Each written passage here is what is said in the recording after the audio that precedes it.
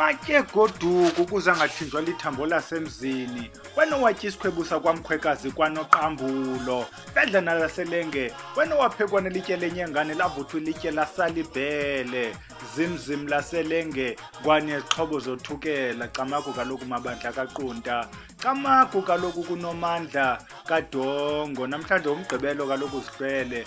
Usuku esincokola ngalo ngezinto ezidla umzi. Sidiza amahlebo kaloku ngolusuku siyacebisana.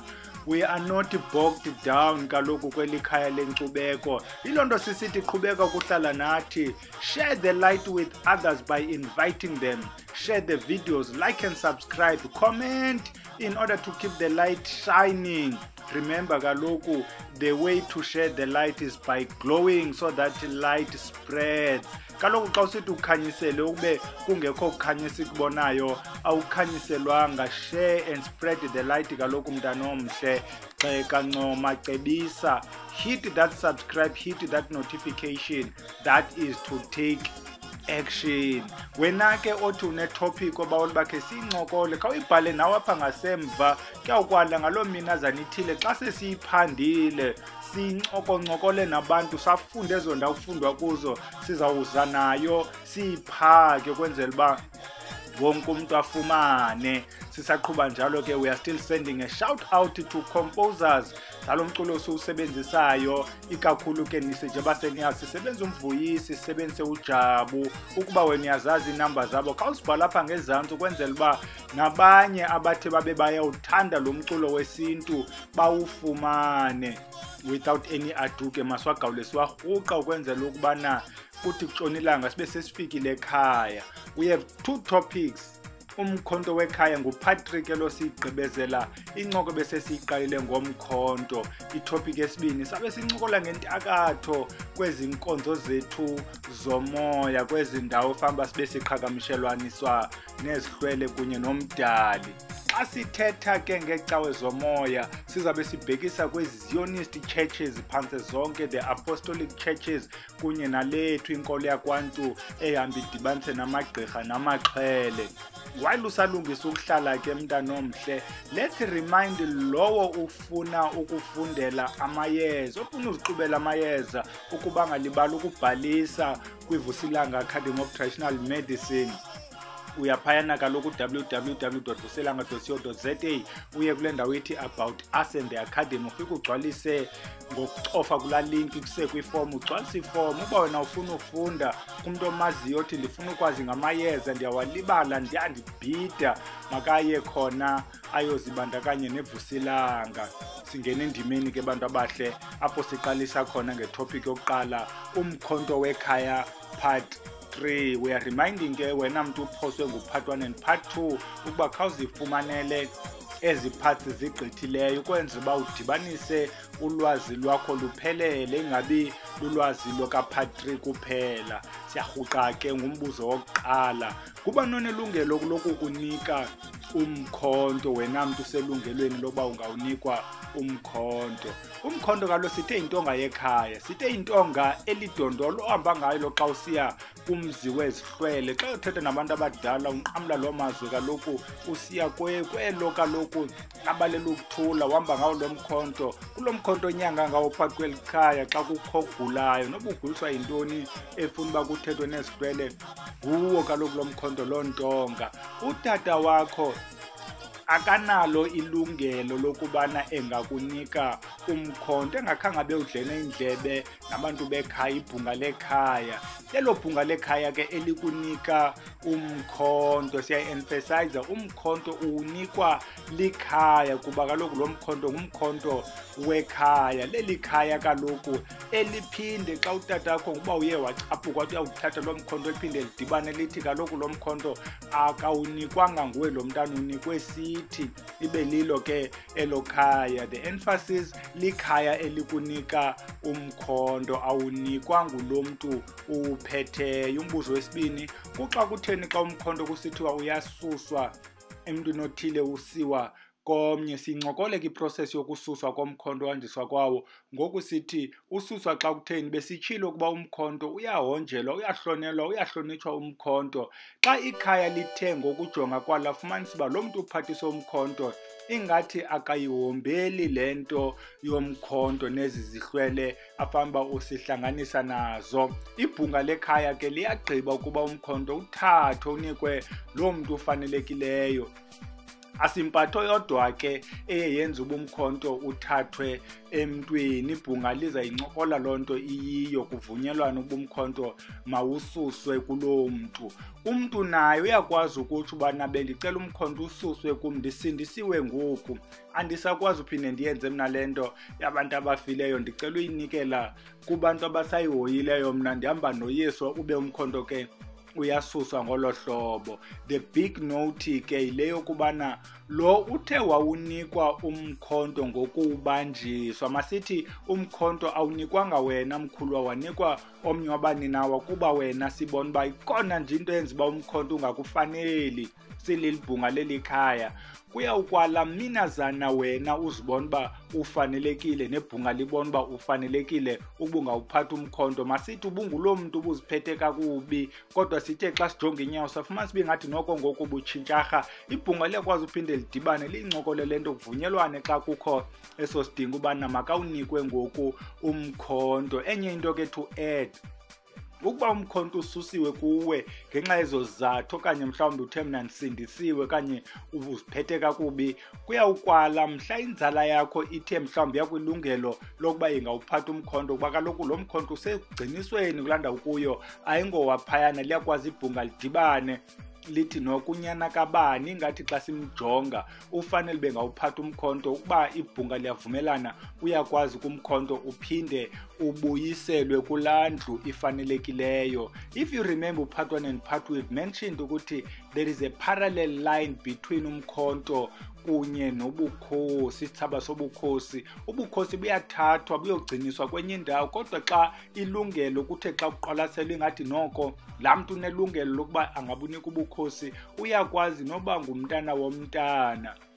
Nizawuzikhumbula ke kweli lizwe instances abantu abanjengobuyela ekhaya, wathi xa iselungelweni ubukhosi obabukutata wakhe ukumkani uKing Sabata, xa kubona uba nokubuyela ekhaya uselungelweni, bathatha ubukhosi kuloo ndawo ebugciniswe kuye wabunikwa ubuyela ekhaya. Yenzeka ke ebukhosini le nto yenzeka apha emkhontweni. Ususwa njani kumkhonto? Ukuba utata uhlala kule ndawo yakhe yasengqamakwe, abe unyana unikwe umkhonto engapha eQamata ecofa imvaba kuthwane. Umntana kaloku unike umkhonto ngalamini, njengoba sithethile ku-part 2 iprocess yonikezelwa komkhonto. Kudwa ke ngoxa umntana egqibe unikezela umkhonto, kuvunyelwane likhaya ukubana utata womntana nobani kufuneka bahambe baye khona eQamata apho kuyomiselwa khona umkhonto. Naye ke loo process kuzawubizwa amathile aloo lali, abantu baloo ndawo, usilo botywala. Ukuba imizimelene kuyakwazi uthathwa ibhekile, kuhambe ibhekile iye phaa. Ngoku xa indawo ziqele nohlobo, iyakwazi uba kubekho olunye usuku uba ngosuku oluthile kuyomiselwa umkhonto apho kwafike kusilwe, utata athethe ukuba umkhonto wekhaya usawuzise apha kunyana wakhe. Remember kaloku umzi kanyana ngumzi katata ngokweprocess yesintu. So utata ke wayezile uzozazisa apha, wathi ndishiya unyana wam mna ndingapha engqamakho. Unyana wam nguye ozawuthi xa ningavani naye apha eQamata, nazi iinamba zam nindikhangele, ndizawuza ndizoncokola nabantu bale ndawo, sibonisane ngalo nyana wam. Xa nifuna umgxotha nitsho kuba kaloku uhlaza mna. So utata uyaphinda afike ke azommilisela umkhonto kuloo ndawo. This also happens xa uzwelidala kufumanisa uba kuyemkiwa kwazwelidala, so sekwakhiwe ngoku phaya uyathathwa umkhonto uyomiliselwa kule ndawo intsha. Kuchaza ubana kusheka indonga phaa, urhulumente uyasigxotha uthi wenza i-trust, kwenziwa isiniphu kulaa ndawo, siyasuswa umkhonto ke uyahamba uyomiliselwa. Unumber 4, kuxa kutheni xa kusithiwa umkhonto uyahlanjwa? Imizi ke bantu abahle ayifani, imizi yenza ngokwenza. Abanye abantu bazawuthi xa bebekhe banesingcwabo bazile, xa begqibile uzila bathi bahlamba umkhonto okanye bahlaziya umkhonto ngokuwusilela. Abanye bazawuyenza loo nto kuphela xa kusweleke lo mntu ebenikwe umkhonto, kuthiwe phambi kokuba umkhonto unikelwe mntu wumbi, ibhunga litsho okanye even if before ibhunga uqale umkhonto uhlaziywe before unikelwe kumntu olandelayo. Abanye ke bazawuhlaziya umkhonto wabo emva kwexesha, bathi noko lo mkhonto kudala utsitywa zizinto, sithi masiphinde siwuhlaziye singazigqibeli nomkhonto kanti seyincula nje le engenamandla.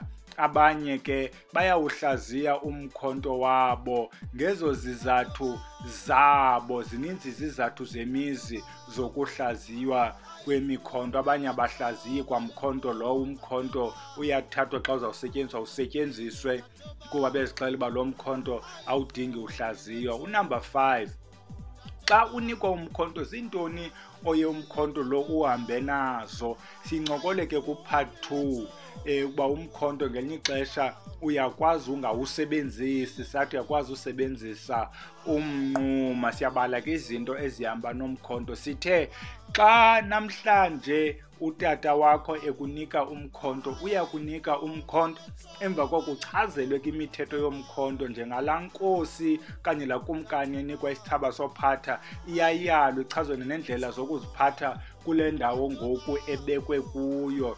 Ichazelwe ukuthi xa ukule ndawo silindele ntoni kuwe, nomkhonto kuzawunikwa. Okwesibini uzawunikwa umnquma. Nawo ke lo mnquma uzawuxela uba uphatha xa kutheni, kuba zikhona ii-instances apho ungazuphatha khona umkhonto, uzawuphatha lo mnquma. Uyasinikwa ke isilawu.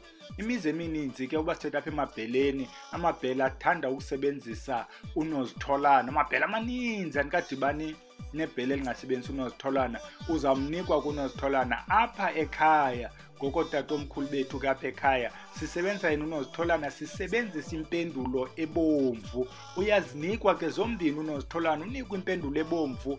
Azikhiwa, azithengwa, kufuneka ziyokhiwa ezi uzawuzinikwa.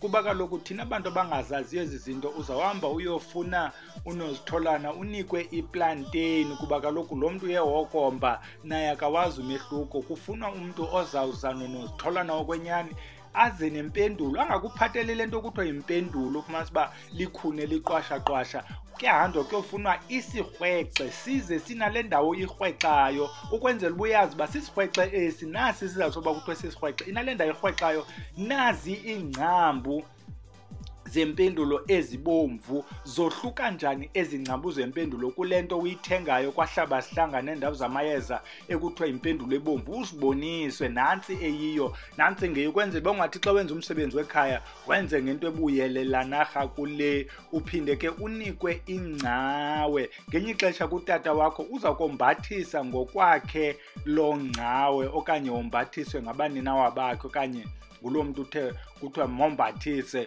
wombathiswe lo ngcawe. Uzawuphinde unikwe isiqweqwe, izawusithwaliswa ke mntana omhle kuba isesithaba sokubana uyile nkulu yalapho, ungulo mntu usikhokhelayo usiphethela umkhonto.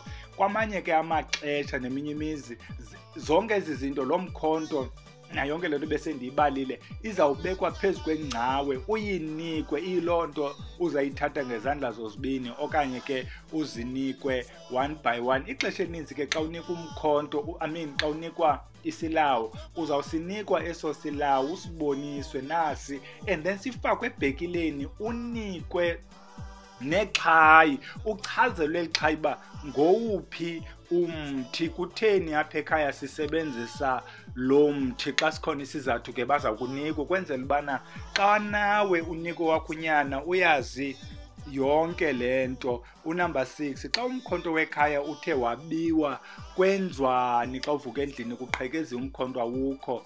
Ayonto inzima ke lena mntana omhle, uyahamba wena uyothenga umkhonto kwezi ndawo zithengisa imikhonto. Ngaloo mini ithile ladibana ikhaya, kusiliwe namhlanje, kuyathethwa emaxhantini uba nanku umkhonto okhoyo lo bukhona ubiwe. Uzawufika ke lona ke umkhonto ufikayo ungenayo intsilathi, awuzuhamba uyothenga ifele, rather uyothenga intsilathi kuloo ndawo kuthiwa kuxhelwa inkomo. Izawulinda mhla kwakho lo msebenzi uthethayo, lo msebenzi wesilawu, lo msebenzi wehlamvu, ukwazi uphinda ufumane futhi enye intsilathi. Sawuthi ke mhla saphinde sathetha ukuba izawuzibe khona into emikhonto, sizayincokola ke kwa imiphini le yemikhonto ba yeyiphi imiphini esetyenziswayo xa kutheni, yeyiphi imiphini engasetyenziswayo. A last question ke, kuba we are mindful of ezi topics zimbini, sibuza ke ngubana umkhonto lona uhlala kweyiphi indlu.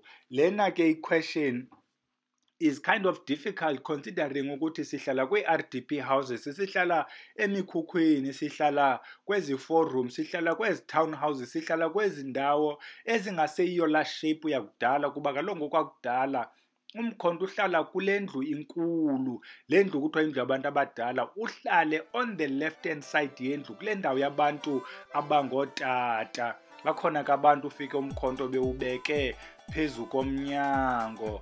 Iyakhwinisa ke loo nto kuba kaloku phantsi kwalo mkhonto kugqitha ngoku nento ebengafana zigqitha phantsi komkhonto. Asizube sizibala ke ezo zinto, kodwa ke umkhonto kuloo mzi bawubeka kuloo ndawo yabo. Abanye bawufaka nasebuhlanti uhlale phaa, xa ufika nanku umkhonto welikhaya uhlele ebuhlanti, komnye bawuhlala setyesini, omnye ahlenyuka nawe emotweni.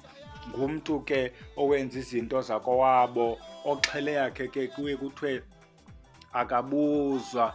Sigqibile ke ngomkhonto ke bantu abahle. Wena othi ufunde nto kule nto yomkhonto as we are concluding upart 3, press that like and share. Wena mntu othi hayi yandikhwinisa le, khawubhale phayana ngezantsi, kuba kaloku sihlala kwindawo ngeendawo senza ngokwenza. Thina sishera apha as we are saying, kweminye imizi kuthiwa, kweminye imizi we are not prescriptive. We don't want to say kwakuqhela uthiwa, uzawuphinda uthi kwakuqhela uthiwa phi.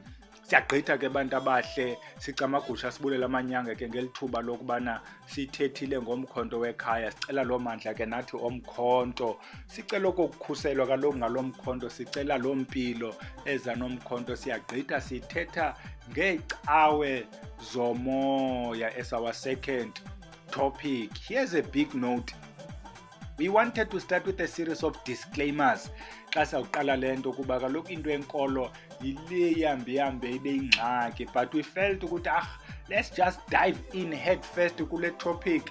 Uzawuthi lukhwinayo akhwine, kodwa ke thina lesiyithethayo siyithetha ngoyazi. We'll respond ke to your comments. Mntana omhle, commenta phaa ngezantsi wena mntu othi ukhe wakhwiniswa. Thina we are diving in ke and we are pulling no punches esisiqhuba.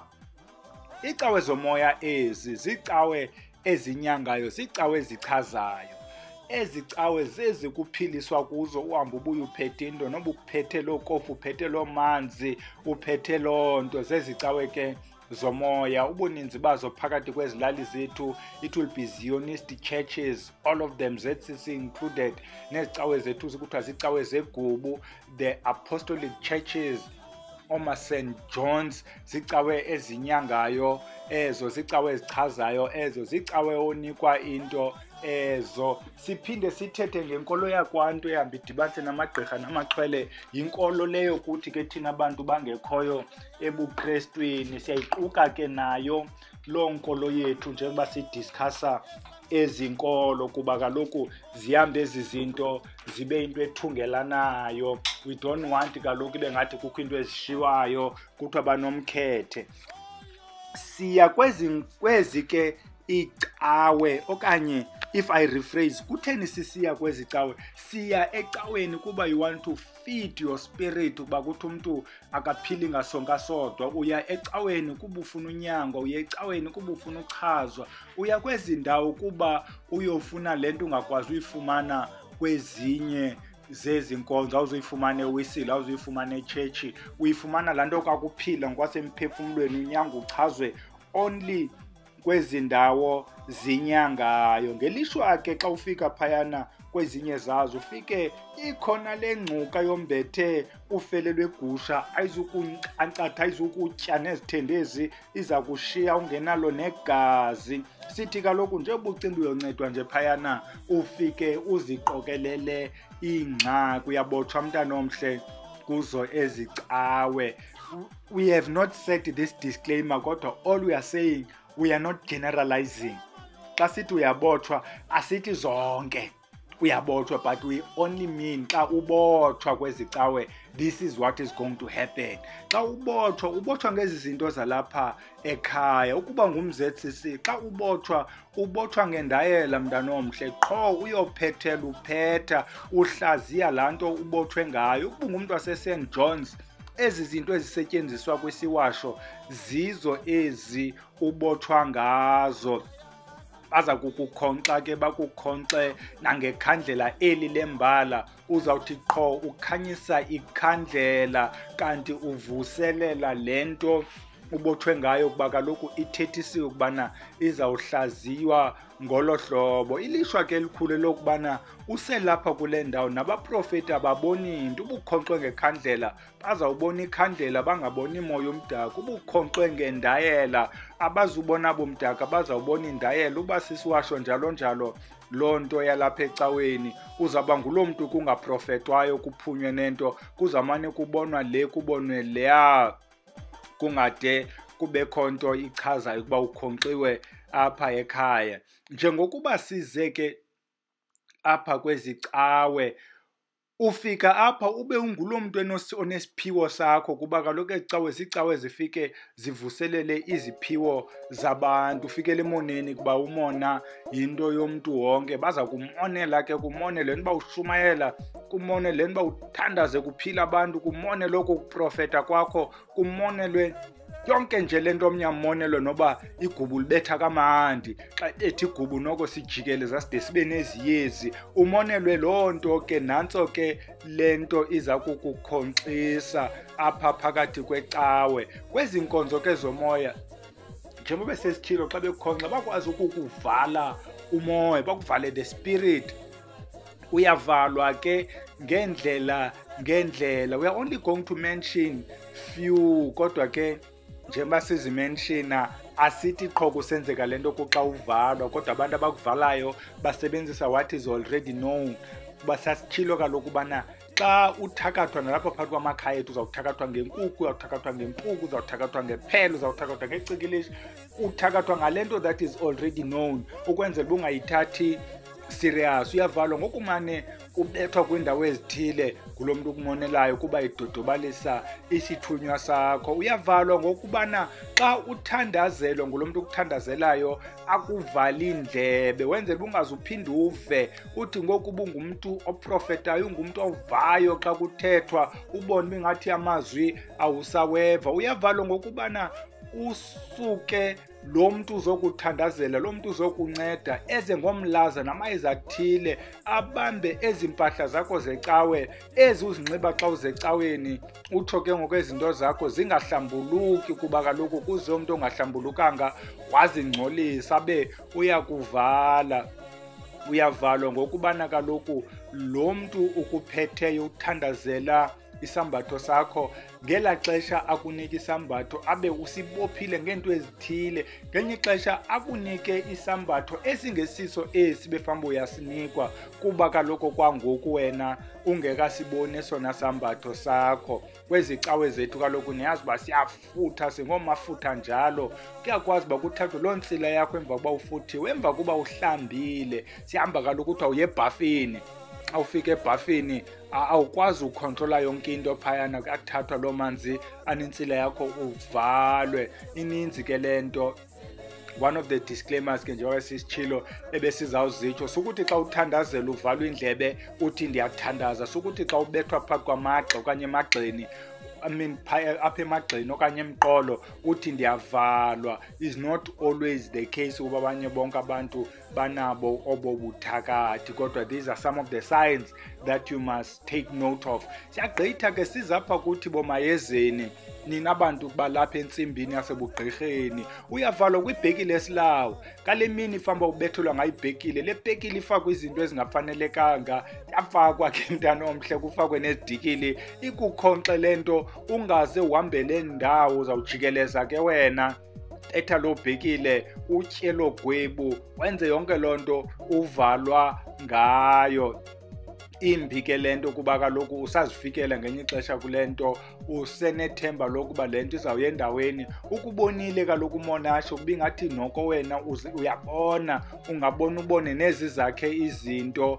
Akuvale umntana wethongo elimhlophe kuzawufumana sibomnye uzawuthi iminyaka 2 3 omnye mane ethatha ibreak aphinda avukise aphinda avuka athathise athi xa ichazwa kwenye indawo kodwa hayi wena wavalwa kwiphehlwa ukulo kwindawo ethile ngumama wayengubani uba ke uye wanethamsanqa labo bantu bade bakwazi uchaza namagama abantu. Uzawuxhensa kuphelwe imali ke mntana omhle kuba uvaliwe nehlole sakuni singakuboni. Bavuya ke abaye babaleka kwezinto zephehlo. Uyavalwa ngegwada kuba kaloku niyapaselana ngeligwada. Ucele isnefu emntwini kanti kudala eligqibile eligwada elilungiselele wena alithi rhutyu kuloo ndawo alirhutyuza kulo akunike. Uzawuthiwa khinxi uvalwa intloko le sozuphinda ubone nto sozuphinda uvente ukhaliba namaphupha lana awasaveli. Ninzi ke lento. Sibuze ke thina uba esi sihlwele esithe khawungena entsimbini khawusithwasele kutheni singakuncedisi. Ziyakuvula ke izihlwele ube ngulo mntu uhambe ude ube yiPopeye.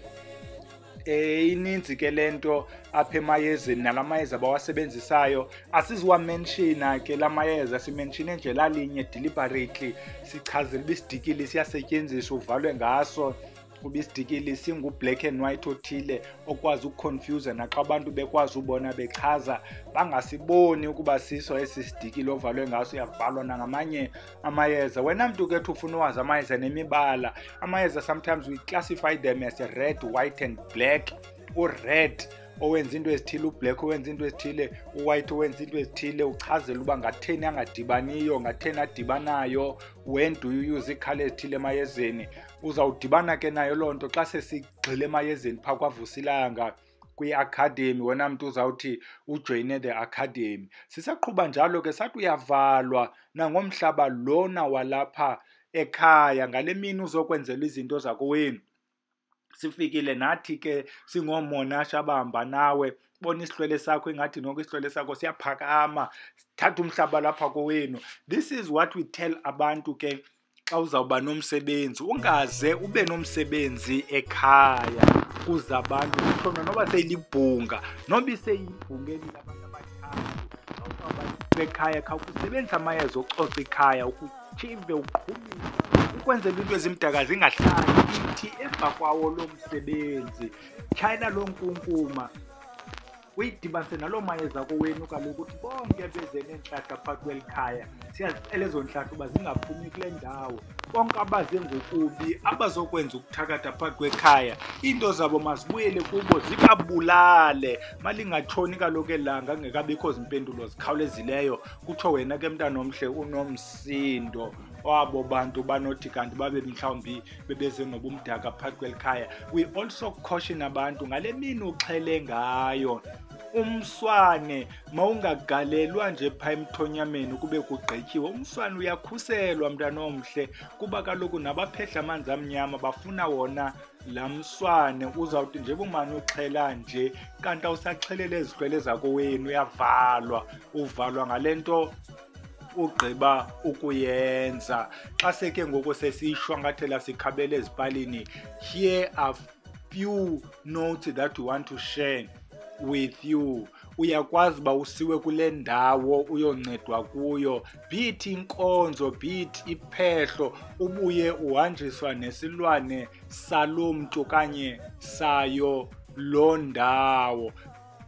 Ngelinye ixesha ke mntana omhle uzawuthi uye entlombeni, uye emlalisweni, ufike lo mnikazi wale ndawo enezinto zakhe. Is important ukuthi xa uphuma ekhaya usiya emzini womntu be mindful of izinto ozawufika zikhona. Siyalumkelana ke thina abantu basebenzisa amayeza, nabo bantu ke baneziphiwo zobuprofeti njalo njalo. Umntu ohamba nezihlwele uzawuthi xa sewudibene nomntu onesihlwele esibi baza kumonela xebulele nesi sakho isihlwele. Zilungiselele ke xa uya kwindawo enabantu abanazo ezo zakhono. Nantsi ke ngenye into esi-emphasizayo kubantu abahamba apha ekhaya, ukuba ungumntu wamayeza wena oko wahamba amayeza ufutha, uyafuthisa kwezi ndawo ude wanesithinzi, khawatshintsha amayeza.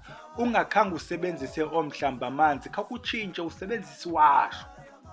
Njengoba ungumayezeni, nabantu abakuthakatha bayakwazi bungumayezeni, so xa bethaka izinto zabo bathaka ezi zinto mindful of the fact that ungumayezeni uzawuphinda uyodibanisa amayeza. Khawukuba confuse usebenzise iziwasho. Wena mntu ungumntu weziwasho ukhonza kuloo ndawo enezinto zecawe ezondayela ezo ziwasho, khawukhe uzitshintshe ukhe uye emayezeni uzokwazi uba into zakho zivuleke, kuba kaloku soze uncedwe ngale nto uvalwe ngayo. Siphinde sithi kuwe wena mntu ungumayezeni, ukuba uqhele qho xa ufuna uva indaba uqhele uhamba uye kuphosa ngasemva ukuba makakunike indaba, khawukumtshintsha uphosa ngasemva, khawukhuye ebaprofetini kuyochazwa ngabo. Ukuba ungumntu ecawe wenoko wachazwa enkonzweni, khawukuhambe uye kuphosa ngasemva akulayitela impepho, aphosa amathambo. Uyawuva indaba